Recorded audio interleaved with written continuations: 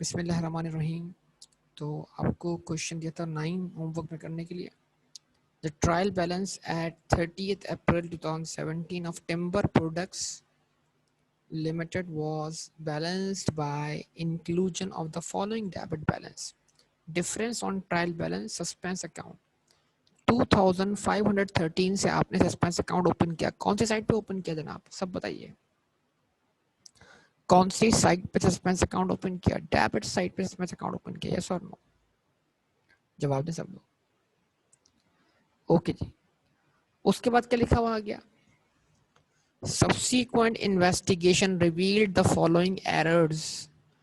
जो subsequent investigation है उससे ये errors पता लगे।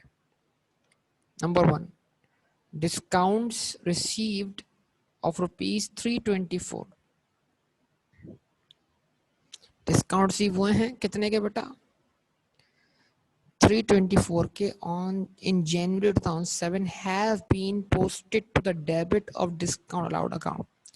डिस्काउंट रिसीव को डिस्काउंट रिसीव अकाउंट में क्रेडिट होना चाहिए था, बजाय इसके कि डिस्काउंट रिसीव अकाउंट में क्रेडिट होता, वो डिस्काउंट अलाउड अकाउंट में क्या हो गया? डेबिट हो गया। क्या करें बेटा? डिस्काउंट अलाउड अकाउंट गलत डेबिट हुआ, क्रेडिट कर दे। डिस्काउंट रिसीव को फिर क्रेडिट करें जो रिकॉर्ड होना चाहिए था, और दोनों के सम से सस्पेंस अकाउंट क्या कर दें? डेबिट कर दें। बनाइए entry.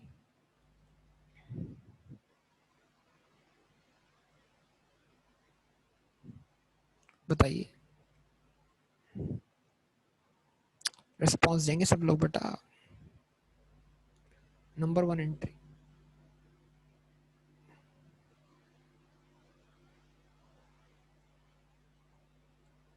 Discount allowed debit.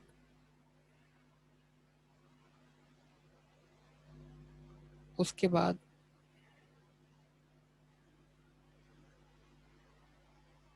Discount receive credit. इन दोनों के सम से 324 और 324।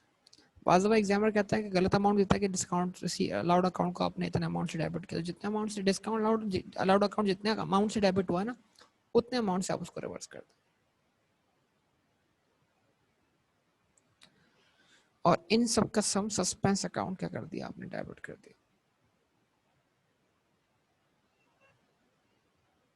कितने से? 648। ये पहली ट्रांजैक्शन रिकॉर्ड हो गई। उसके बाद क्या लिखा हुआ है बेटा? Wages of ₹2,963 paid in February 2017 have not been posted from the cash book. आपने वेजेस पे किए हैं, पेमेंट रिकॉर्ड कर ली है कैश बुक में, लेकिन उनको पोस्ट नहीं किया जर्नल लेजर में वेजेस के अकाउंट में। क्या करें भाई? वेजेस अकाउंट डेबिट कर दें। अब डेबिट साइड शॉर्ट हो गई, सस्पेंस अकाउंट खुल गया, तो अब वेजेस अकाउंट डेबिट कर दें, सस्पेंस अकाउंट क्रेडिट कर दें।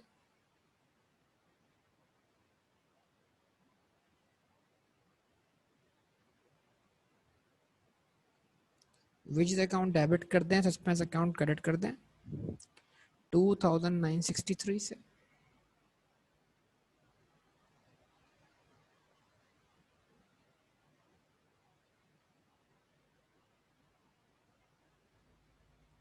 उसके बाद remittance of ₹940 received from K Mitchum in November 2006 has been posted to the credit of B Mansell Limited.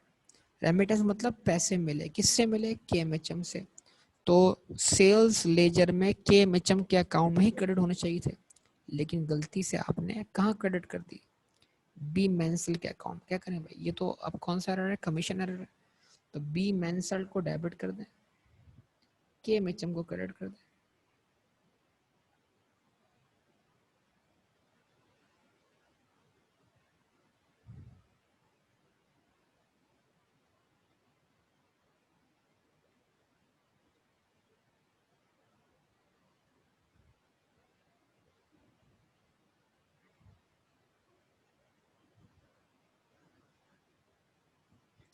B मैंसल debit, के मिचम क्रेडिट।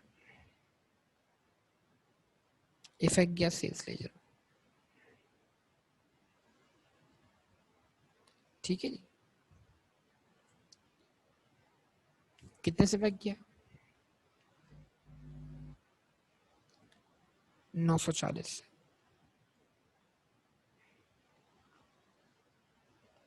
वालेकुम सलाम। 940 से इफेक्ट आ गया। उसके बाद लिखा हुआ क्या आ गया? In December 2006, the company took advantage of an opportunity to purchase a large quantity of stationery at a bargain price of rupees 2000. No adjustment have been made in the account for the fact that 3/4 in value of the stationery was in inventory on 30 April. मतलब आपने purchase की office stationery और ख़रीदते क्या कर दिया, उसको expense बना दिया। हालांकि आपका इसमें से 3/4 यानी कि 3/4 हिस्सा, 3/4 पार्ट जो है वो अनयूज्ड है, तो उसको क्या करें, एसेट माने। तो आप एक्सपेंस रिवर्स करके क्या बनाए उसको एसेट माने, तो उसकी एंट्री क्या बनेगी?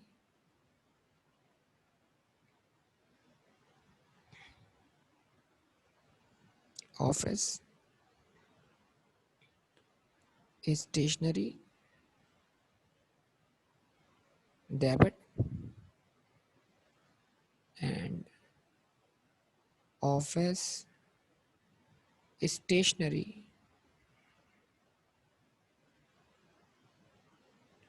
Expense credit. कितने से? 2000 का आप निकालें,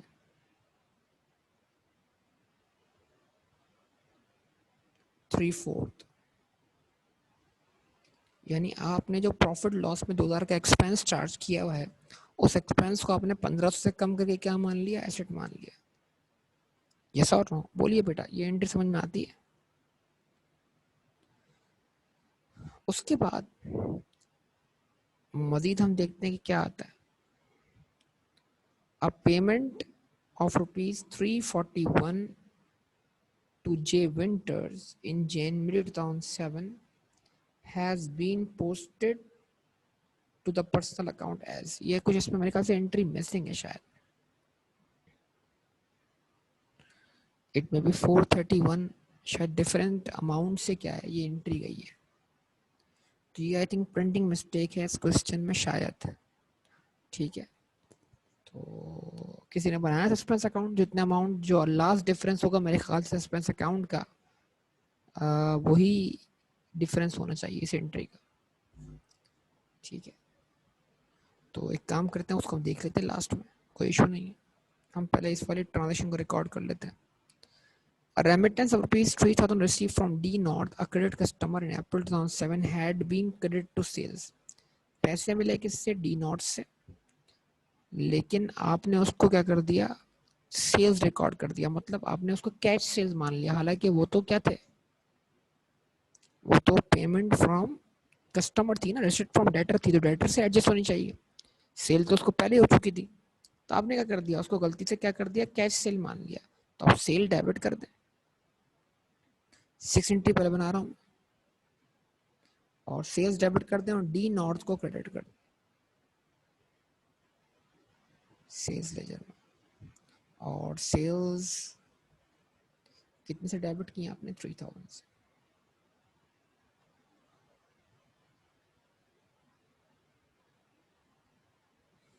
अच्छा, इसका मतलब क्या, सस्पेंस अब जो है वो आखिरी एंट्री से ही बैलेंस होना है। तो एक काम करते हैं, सस्पेंस अकाउंट को बना लेते हैं ताकि अब डिफरेंस पता लग जाए इन लास्ट हमारे पास क्या है, तो वही डिफरेंस होगा उसका हमारी एंट्री का।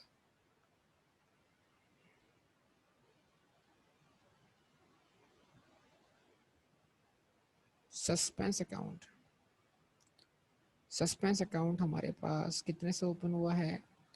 2513 डेबिट साइड। वालेकुम सलाम।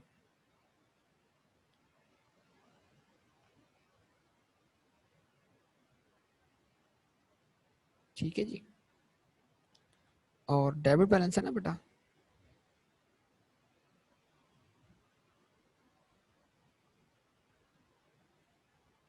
अच्छा, उसके बाद अब सस्पेंस के इफेक्ट देते हैं आप। तो पहला इफेक्ट तो ये रहा आपके सामने, 648 से एक्सपेंस अकाउंट डेबिट हो रहा है। एक वजह जो है वो डिस्काउंट अलाउड है,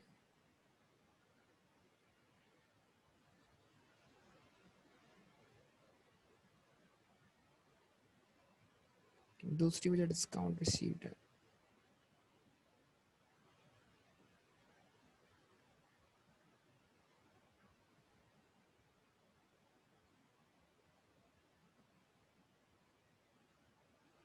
ठीक है जी। उसके बाद वेजेस अकाउंट डेबिट हो, सस्पेंस अकाउंट क्रेडिट हुआ।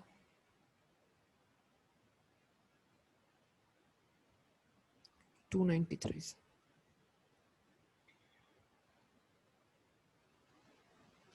2963 से। बस एक आखिरी एंट्री आनी है बस सस्पेंस अकाउंट में। अब एक काम करें, आप डिफरेंस निकाल लें। 2513 प्लस 324 प्लस 324 और उसमें से लेस करें 2963। डिफरेंस क्या आ रहा है? 198 का आ रहा है। ठीक है ना?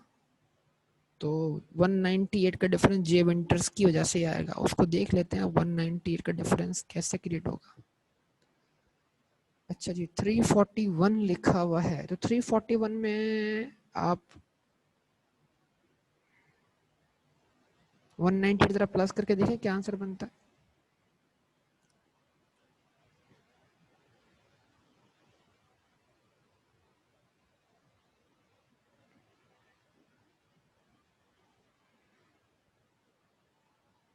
539 बनता है। ओके, अच्छा। और 341 में 198 माइनस करके देखें क्या आंसर बनता है।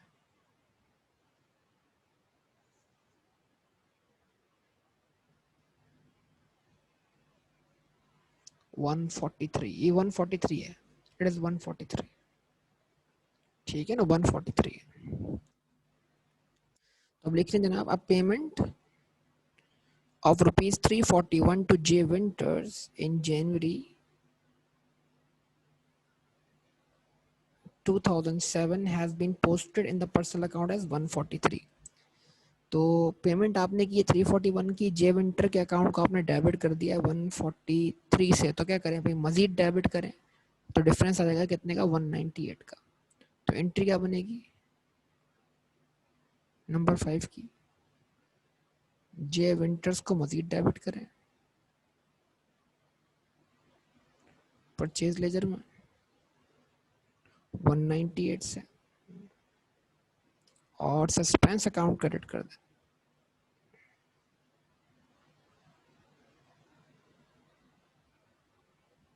198 से।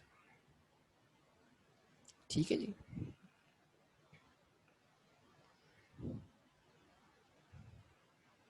जी जे विंटर्स आ गया।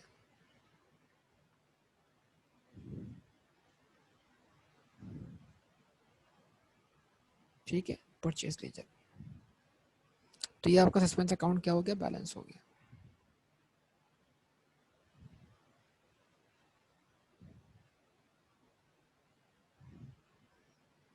ठीक है ना? तो ये आपके सामने बेटा ये क्वेश्चन है, आप इसके अंदर वही आपने क्या करना है, प्रॉफिट करेक्ट करना है।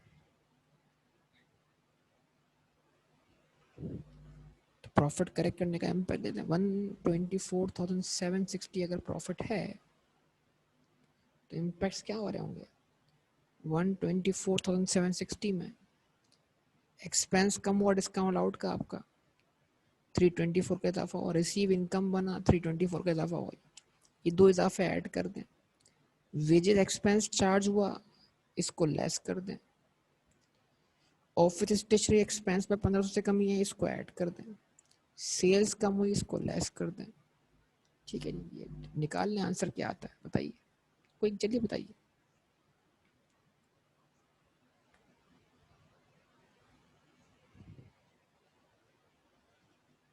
बोलिए बेटा, बोलिए सब लोग।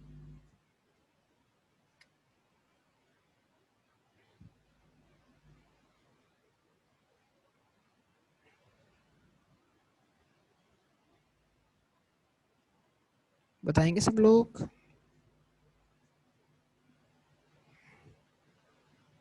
बेटा 124,760।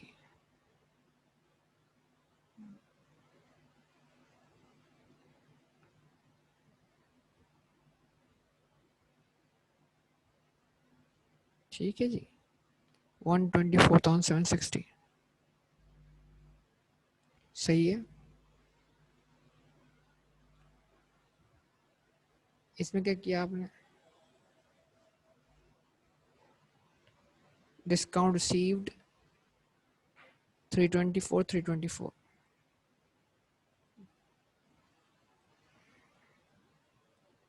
ये ऐड कर दिया। फिर वेजेस एक्सपेंस के तौर पे क्या कर दिए, चार्ज कर दिए 2,963। उसके बाद office stationery expense,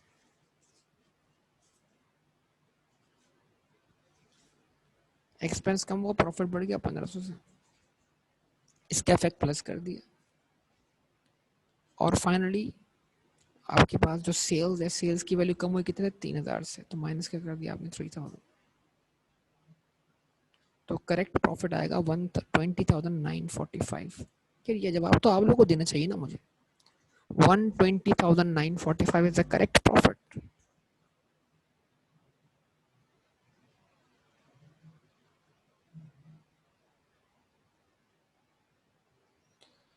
120,945 is the correct value of profit.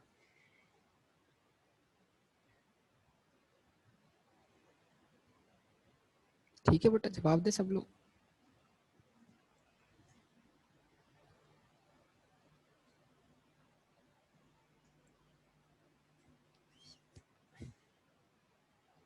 ये आंसर है सब लोगों के पास।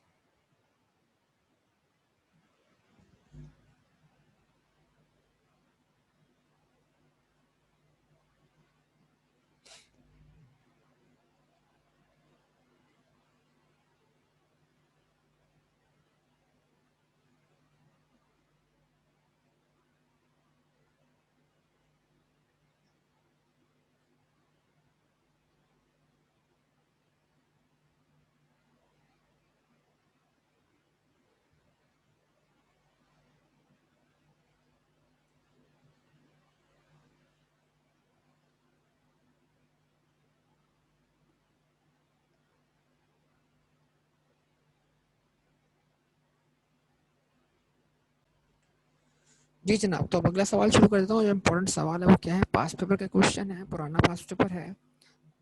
A17 क्वेश्चन है मिस्टर साद के नाम से। तो mister Saad has found certain errors in the books of accounts of Al Ataz Private Limited for the year ended 30th June 2002. Detail of these errors are set out below.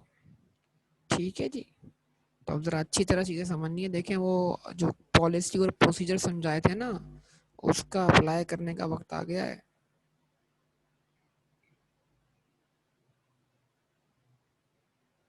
क्या कहते हैं सब लोग, बेटा रिस्पांस दें सब लोग। Goods sold and recorded as sales for rupees 40,000 were packed and the invoice for them sent to the customer. Goods बेची हैं, सेल्स रिकॉर्ड कर दी हैं, इसलिए क्योंकि उनकी इनवॉइस आप बना चुके हैं। स्टॉक टेकिंग इंटरवीन्ड, आपने ईयर एंड पे स्टॉक की गिनती की। And the box of goods were not dispatched but it was included in the stock in hand. ये गुड्स जो हैं ये डिस्पैच नहीं हुई हैं और ये गोडाउन में बतौर क्लोजिंग स्टॉक की गिनती में शामिल हो चुकी हैं। यस और no? Now what should be the adjustment? अब क्या करें?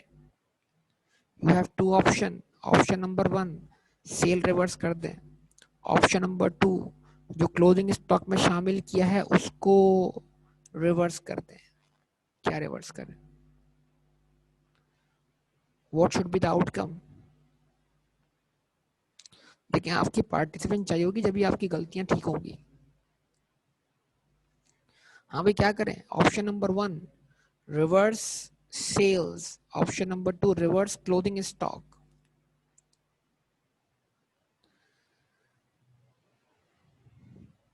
अब जितने लोग रिवर्स क्लोजिंग स्टॉक कह रहे हैं वो बिल्कुल सही नहीं है, इसलिए कि बेटा क्लोजिंग स्टॉक रिवर्स करने के लिए पॉइंट नंबर 1 हमें थोड़ा अकल चाहिए, और अकल क्या है कि स्टॉक जो होगा वो कॉस्ट पर रिवर्स होगा, और क्वेश्चन में कहीं आपको मार्कअप मार्जिन नहीं दिया गया है, ये सेलिंग प्राइस दी गई है। तो आप कुछ भी कर लें, आप चाह के भी क्लोजिंग स्टॉक रिवर्स नहीं कर सकते। अच्छा, लेकिन अगर फर्ज कर लें कि इसी क्वेश्चन में मार्कअप मार्जिन दे दूं, फिर क्या रिवर्स होगा? तब भी सेल ही रिवर्स होगी। थोड़ा सा क्या करें, कॉन्सेप्ट अप्लाई करें। गुड डिस्पैच नहीं हुई, आपके गोडाउन में है और इनवॉइस बन चुकी है, तो एज पर पॉलिसी ये सेल नहीं है, as per procedure cell record हो चुकी है। क्या करें? जब एज पर पॉलिसी ये सेल नहीं, तो रिवर्स सेल करेंगे ना बेटा। सिखाया था आपको बेटा, पूरा कॉन्सेप्ट सिखाया है सबका सब। तो एंट्री क्या बनेगी?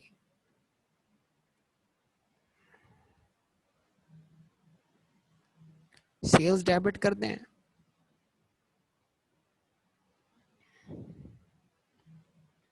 डेटर क्रेडिट कर दें। कितने से? अमाउंट कितना है? 40,000। वो पॉलिसी और प्रोसीजर वाला लेक्चर देख लें बेटा अच्छी तरीके से।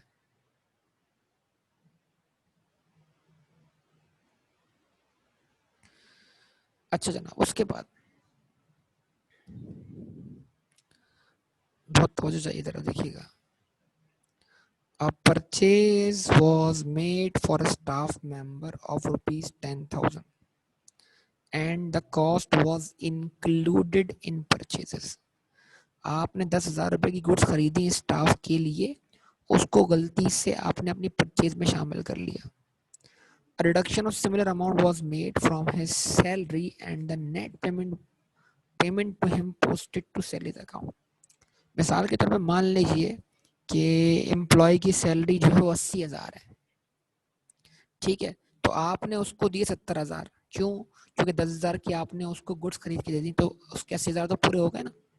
तो आपने कितना पेमेंट किया? 70,000। जो पे किया वो रिकॉर्ड किया, यस और नो?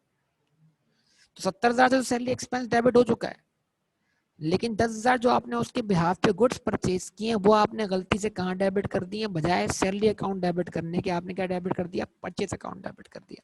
तो अब क्या करें? परचेज अकाउंट क्रेडिट कर दें, सैलरी एक्सपेंस का कर दें डेबिट कर दें, यस और नो? बात समझ में आती है बेटा? क्लियर है बात? सैलरीज एक्सपेंस डेबिट और परचेज क्रेडिट 10,000।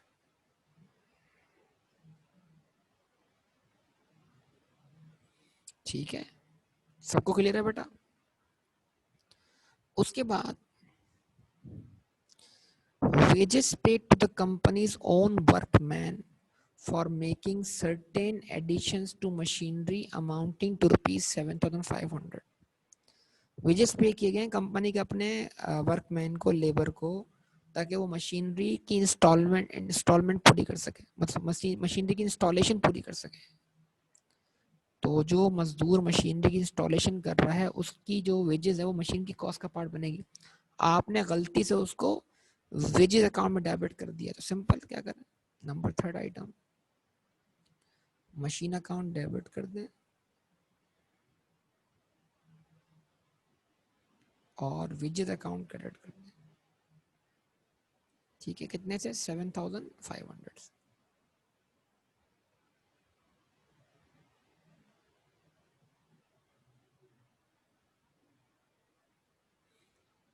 उसके बाद जनाब, अब ये बड़ा इंपॉर्टेंट है, a dishonored bill receivable of rupees 5,000 was returned by the bank with whom it had been dishonored had been credited to bank account and debited to bill receivable account।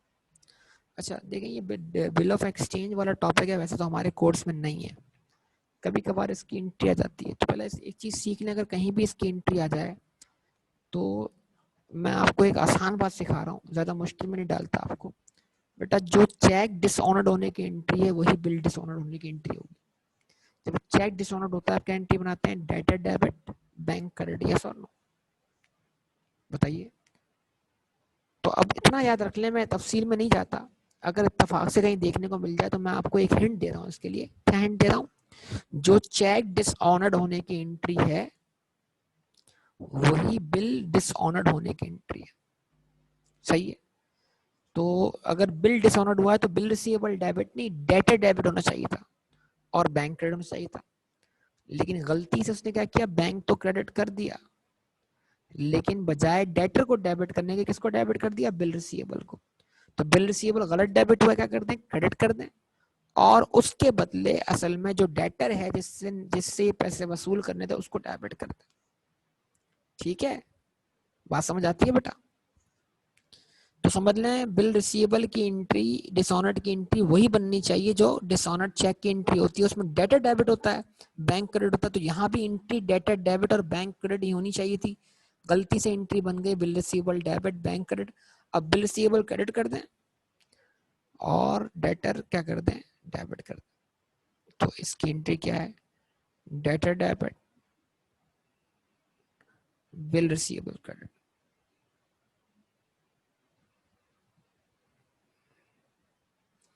कितना amount है आपके पास, 5000।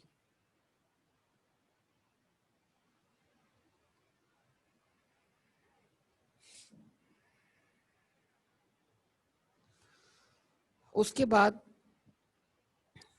a check amounting to rupees 2700 was received from a customer Shahid was dishonored। एक check मिला है आपके customer की तरफ से 2700 रुपए का, जो रिसीव हुआ था, जो आपने बैंक में डिपॉजिट किया था, उसका नाम शाहिद था, वो डिसऑनर्ड हो गया। The return cheque was correctly entered in the cash book but was posted to the allowance account. तो देखिए दोबारा अब चेक डिसऑनर्ड की एंट्री आ गई। तो चेक डिसऑनर्ड की एंट्री क्या होनी चाहिए, शाहिद का अकाउंट डेबिट होना चाहिए, बैंक अकाउंट क्रेडिट होना चाहिए। तो आपने इस एंट्री को कैश बुक में तो करेक्टली एंटर कर दिया, मतलब बैंक अकाउंट तो आपने क्रेडिट कर दिया, लेकिन वहां से आपने इसको पोस्ट किया है अलाउंस अकाउंट की डेबिट साइड। ठीक है, अलाउंस अकाउंट की डेबिट साइड पर, सही है। तो कहां जाना चाहिए था, शाहिद की क्या कहते हैं अकाउंट में जाना चाहिए था ना एंट्री। तो इसका मतलब क्या है, अलाउंस अकाउंट गलत डेबिट हुआ है, क्या करते हैं, क्रेडिट करते हैं, और असल में किसका अकाउंट डेबिट होना चाहिए था, शाहिद का। शाहिद डेबिट कर दें, अलाउंस क्रेडिट कर दें।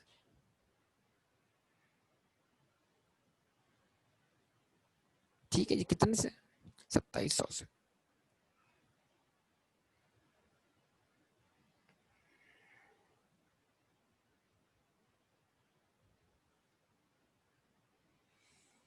उसके बाद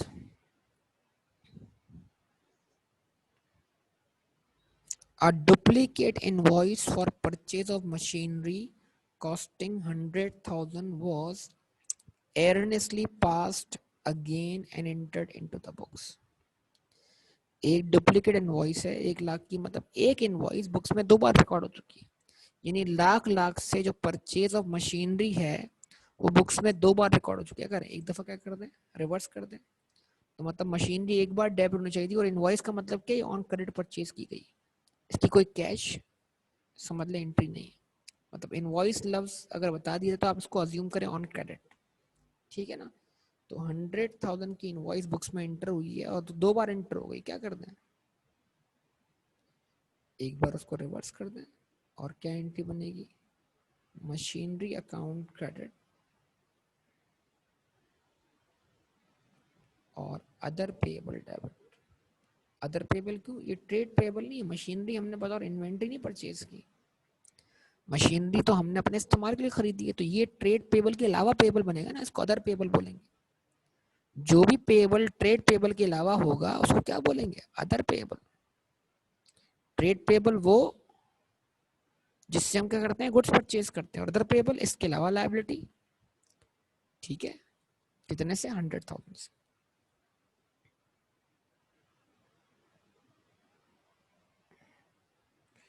अब अगर इस मशीन के गलत डेबिट होने की वजह से कोई डेबिशन चार्ज हुई है इसके ऊपर, तो वो भी रिवर्स करनी पड़ेगी, ये भी समझ सकते हैं, लेकिन अभी ऐसी कोई बात बताई नहीं गई यहाँ पर हमें।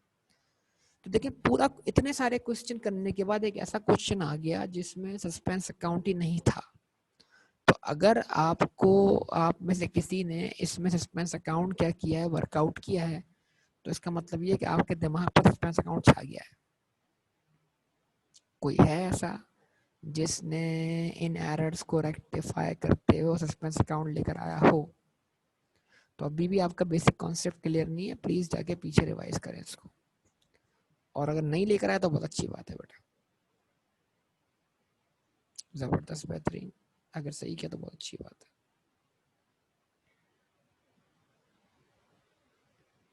अब देखे ना, यहाँ से क्वेश्चन की वैरायटी आपके सामने आती है। 18, क्वेश्चन नंबर 18। हाँ जी, क्वेश्चन नंबर 18, वैरायटी वाला क्वेश्चन, पास पेपर्स, पुराने पुराने। करें start.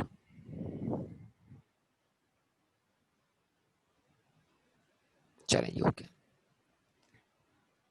The following errors and omissions were discovered in the books of Merchant Limited after the closure of books for December 31st, 2003.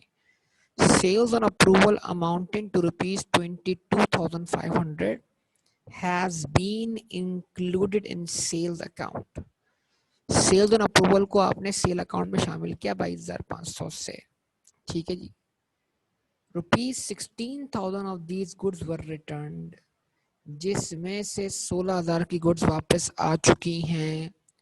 No record of the return was made in the books, but the return goods were included in stock at their cost price of ₹12,800। ठीक है जी। तो जो return goods हैं उनको आपने closing stock के तौर पे शामिल कर लिया गया, ठीक है, क्योंकि फिजिकली गुड्स लौट के वापस आ गई हैं।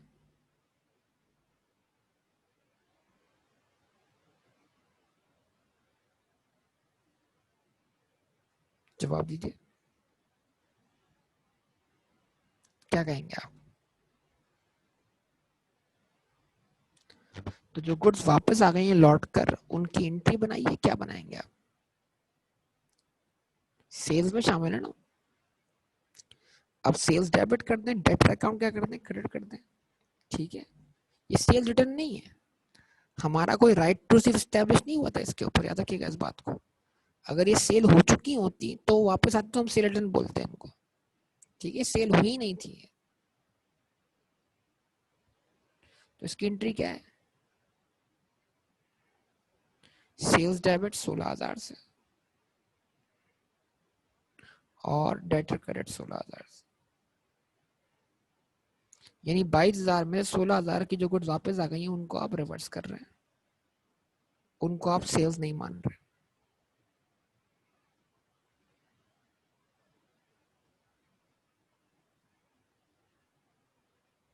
ठीक है जी, ओके ना। उसके बाद नेक्स्ट क्या कहता है वो आपसे?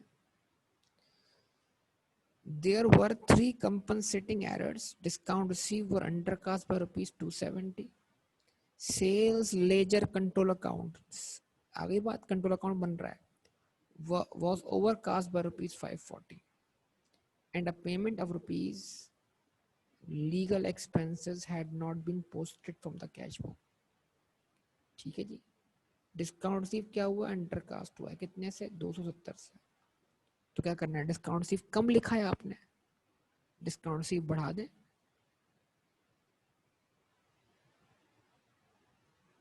डिस्काउंट रिसीव्ड क्रेडिट 270 से, ठीक है।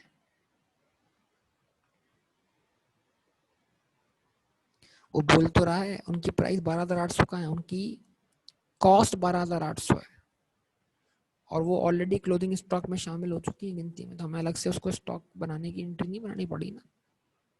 लाइन तो पड़े अच्छी तरीके से।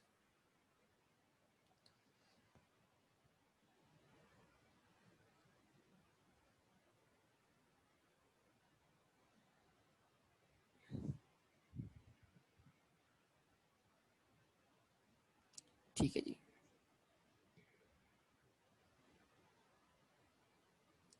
ठीक है, तो क्या कहा जनाब, क्या लिखा है, डिस्काउंट रिसीव्ड अंडर कास्ट हुआ है कितने से, 270 से, क्या कर दिया 270 से बढ़ा दिया उसको। सेल लेजर कंट्रोल अकाउंट मतलब डेट लेजर कंट्रोल अकाउंट क्या हो गया, ओवरकास्ट हो गया 540 से, मतलब डेबिट हुआ है ज्यादा 540 से, क्या कर दें, क्रेडिट कर दें। क्या कर दिया आपने, डीएलसी है या सीएलसी है, डीएलसी है या एसएलसी है, सेल लेजर कंट्रोल अकाउंट कहूं या डेटर्स लेजर कंट्रोल अकाउंट कहूं। 540 क्या कर दें, क्रेडिट कर दें। ठीक है, उसके बाद कहता है एंड अ पेमेंट ऑफ ₹810, आपने 810 से एक पेमेंट की है लीगल एक्सपेंस की, जो कि कैश बुक में तो क्रेडिट हो गई है, लेकिन लीगल एक्सपेंस अकाउंट में पोस्ट नहीं हो सकी जर्नल लेजर के अंदर। क्या करें, लीगल एक्सपेंस को डेबिट कर दें।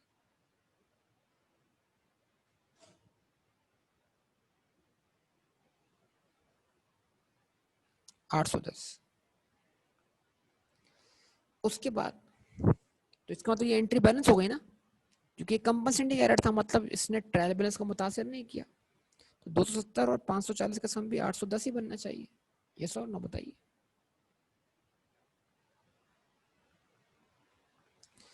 ओके जनाब, आगे बात करते हैं। A credit customer settled his account of ₹22,000 in cash. This went through the books as cash sale on the day of receipt.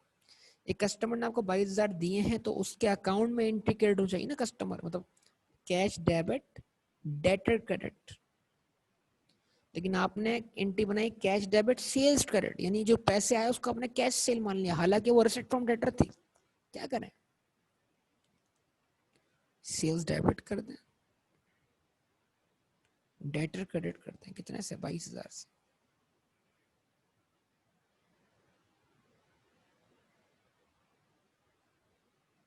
ठीक है, उसके बाद देखिए अब यहाँ पे कीमती बातें हो रही हैं जरा। Stock taking took place on January 3, 2004। हमारा ईयर एंड क्या है, बताइएगा सब लोग, हमारा ईयर एंड क्या है, 31 दिसंबर 2003। उसूली तौर पर हमें क्लोजिंग स्टॉक गोडाउन में इस डेट पे जाके काउंट कर लेना चाहिए था, लेकिन कभी कभी ऐसा होता है कि एग्जैक्टली ईयर एंड पर स्टॉक काउंट नहीं हो पाता। ठीक है, तो हमने स्टॉक कब गिना है, 3 दिन बाद। The stock taking took place on January 3, 2004। Year and से 3 दिन बाद, ठीक है ना। However, during the period from January 1, 2004, purchases of ₹28,000 took place. Sales of ₹20,000 were made and sales of goods amounting to ₹2,000 were returned.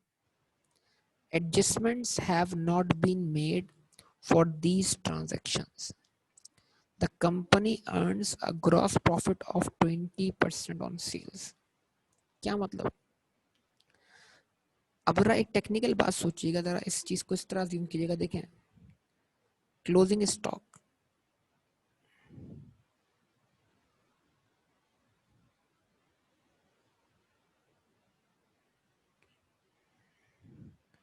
As on 31 दिसंबर चाहिए ना आपको, 2003 पर, तो वो स्टॉक की वैल्यू क्या है, एक्स से अननोन है। ठीक है, अगर हम अगर हम 31 दिसंबर 2003 को स्टॉक गिनते तो उसकी वैल्यू एक्स होती, अननोन। लेकिन हमने स्टॉक कब गिना, हमने 3 तारीख को स्टॉक गिना, तो 3 तारीख को जब हमने स्टॉक गिना तो उससे क्या हुआ, इस स्टॉक में इजाफा हो गया। 1 से लेके 3 के दरमियान परचेजेस भी हुई, जिसने इस स्टॉक को बढ़ा दिया। यस और नो, रिस्पॉन्स दें प्लीज। क्या कहेंगे? क्या 1 से 3 के दरमियान परचेजेस नहीं हुई? 1 से 3 के दरमियान 28,000 की परचेज हुई है, तो मतलब 28,000 से स्टॉक में इजाफा हो गया। और इस स्टॉक में 1 से 3 की वजह से गुड्स बिकी हैं, और गुड्स बिकने की वजह से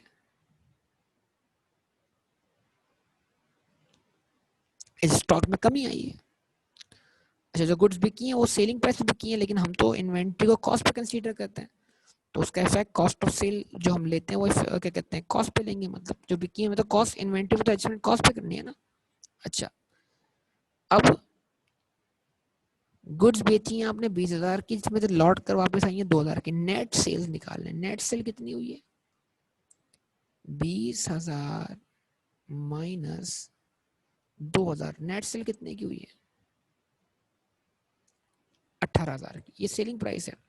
और मार्जिन कितना है आपके पास? 20%। तो कॉस्ट कितनी हुई? 80%। तो इसको मल्टीप्लाई 0.8 कीजिए, 18,000 का 80% क्या बनता है?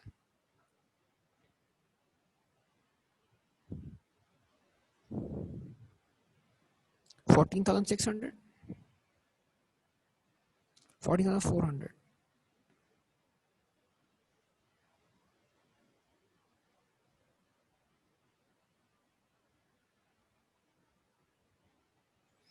ठीक है जी।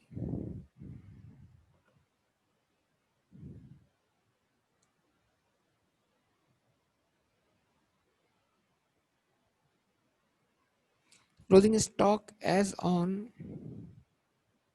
3rd January. तो जब हमने क्लोजिंग स्टॉक गिना है 3rd जनवरी को, तो क्लोजिंग स्टॉक की वैल्यू,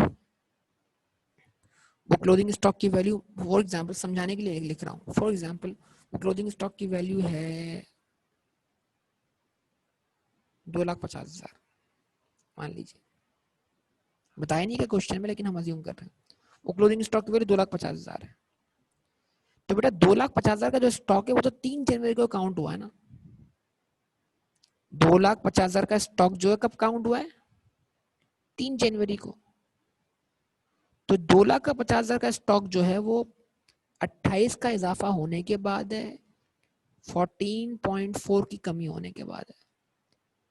अगर हम स्टॉक गिनते इस डेट पर, तो इस स्टॉक में 28 का इजाफा नहीं हुआ होता, और इस स्टॉक में 14,400 की कमी नहीं आई होती।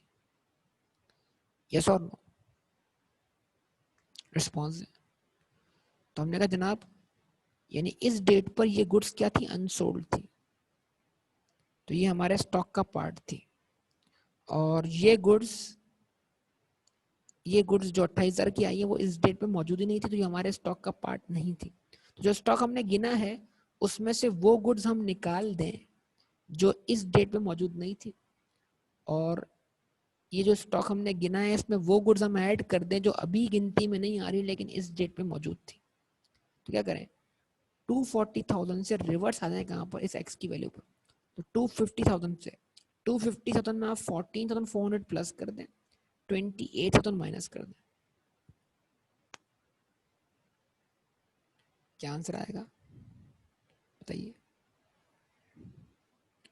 भाई, सब बताइए क्या आंसर आएगा? 236,000,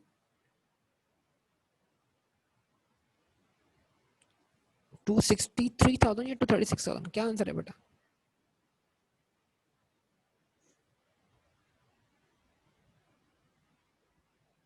236,400।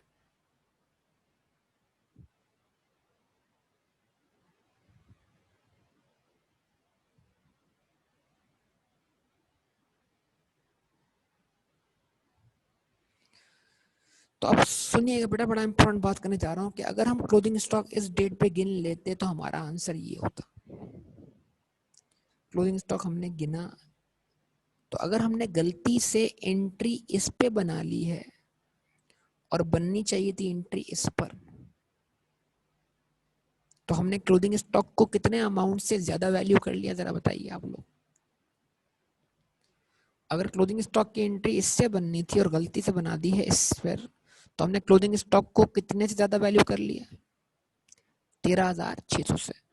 और 13,600 जो है ना, इन दो वैल्यूज का डिफरेंस ही है। आप क्या करें, 28,000 और 14,400 में से क्या करें आप, क्या कहते हैं, डिफरेंस निकाल लें। तो एग्जामिनर ने हमें क्लोजिंग स्टॉक की वैल्यू बताई नहीं है कि कितनी थी, बस ये ट्रांजैक्शन बताकर एग्जामिनर हमें ये बताना चाह रहा है कि तुम्हारा स्टॉक जो भी था, जो तुमने गिना, वो 13,600 से ज्यादा काउंट हुआ है।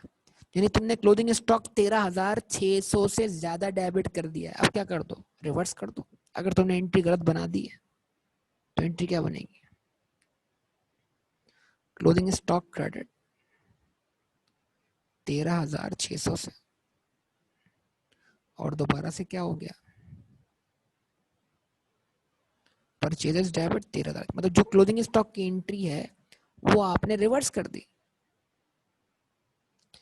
कि स्टॉक देर से गिनने की वजह से जो गुड्स ईयर एंड पे मौजूद थी वो आपकी गिनती में नहीं आ सकी, और जो ईयर एंड के बाद गुड्स आई हैं वो उस गिनती में शामिल हो गई हैं। तो नेट इफेक्ट लेकर जो आपने ज्यादा स्टॉक काउंट किया था, जिससे आपने गलत एंट्री बना दी थी, उसमें से आप इन दो ट्रांजेक्शन का इफेक्ट रिवर्स कर दें, दैट्स ऑल। उम्मीद करता हूँ बात समझ में आई होगी बेटा। यस और नो, बोलिए।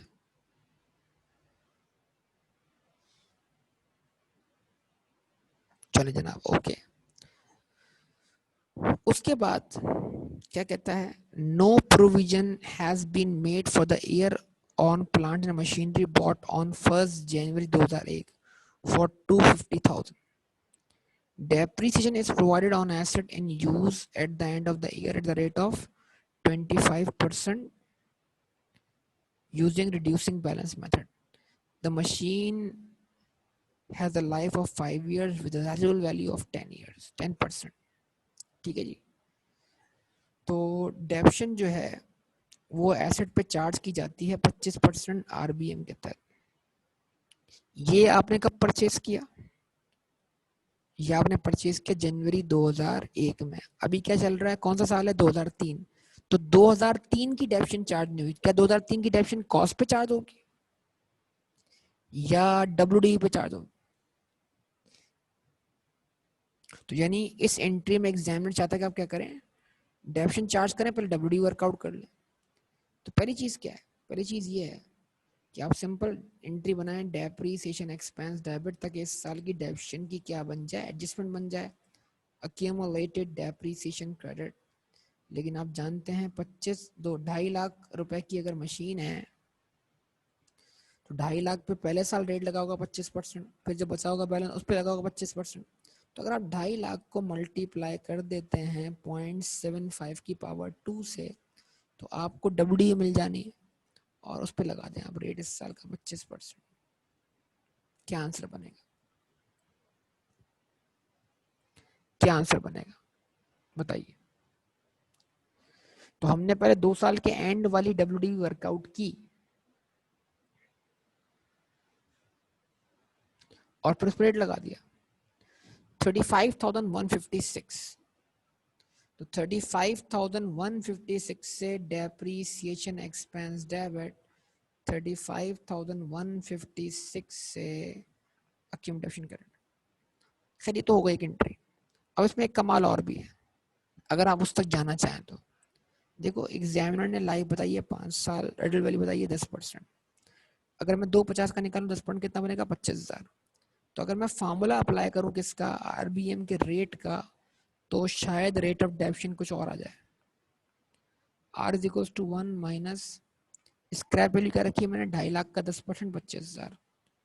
कॉस्ट क्या रखी मैंने, 2.5 लाख।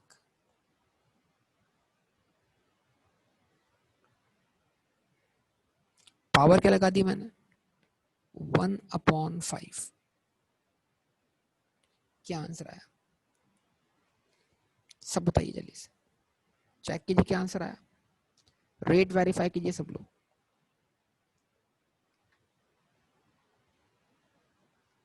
जल्दी बताइए, रेट वेरीफाई कीजिए क्या आंसर आया।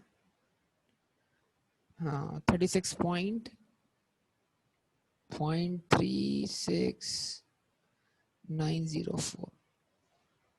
यानी कि 36.904%।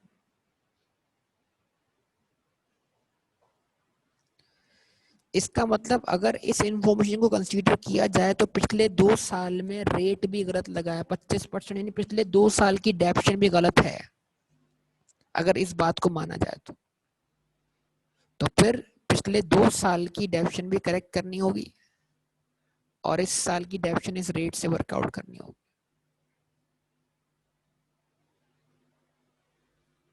ठीक है, तो अगर आप इस चीज को कंसीडर करते हैं, अगर आप इस चीज को इग्नोर करते हैं तो फिर आप क्या करें, सिंपल इस साल की डेप्शन निकाल लें 25% के हिसाब से। हाँ भाई, कितने लोगों ने बात पिक की? अगर हम रेट वाली बात कंसीडर करते हैं, एग्जामिनर ने हमें लाइफ भी दी है, रेजिडुअल वैल्यू भी दी है, तो उससे रेट निकल रहा है सिंपल आरबीएम का, और वो आरबीएम का रेट 25% नहीं आ रहा बल्कि 36.904% आ रहा है।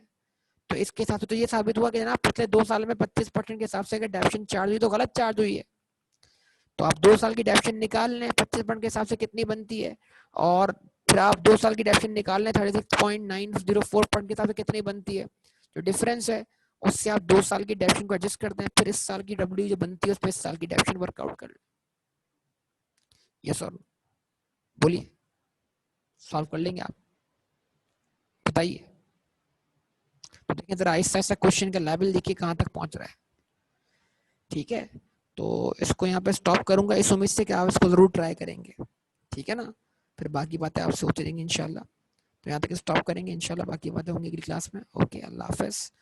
आप होमवर्क जरा इसका नोट कर लें कि आपने कौन से क्वेश्चन सॉल्व करने हैं। अच्छा जी, ये मैंने क्वेश्चन सॉल्व किया। हाँ जी हाँ, सवाल तो बहुत है बेटा। 820 क्वेश्चन, अब सवाल तुम देखो जरा किस लेवल के आते हैं। 820 क्वेश्चन, 820। ठीक है, उसके बाद 820 के बाद 823 ये लेवल आना शुरू हो गया। यहाँ पर डिस्पोजल भी आएगा इंशाल्लाह, इसके अंदर डिस्पोजल के एरर्स भी आएंगे। 823, 824 ये तुम्हारे क्वेश्चन बैंक में भी होंगे मौजूद ये क्वेश्चन। अब तो ये वो क्वेश्चन है। ठीक है, अब यहाँ से लेवल ही आगे बढ़ गया।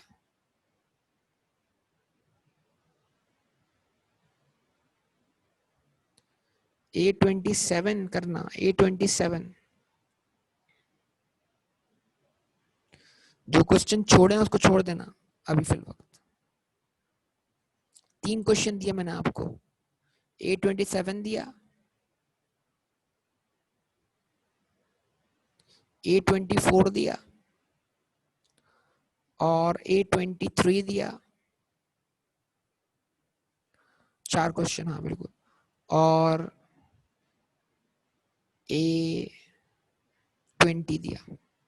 इनका लेवल ये अलग होगा इन 4 क्वेश्चन का। ठीक है, तो वो कल इंशाल्लाह आपको आइडिया होगा इस हवाले से। तो ओके, यहाँ तक स्टॉप करेंगे, बाकी बातें इंशाल्लाह कल की क्लास में। ओके, अल्लाह हाफिज़।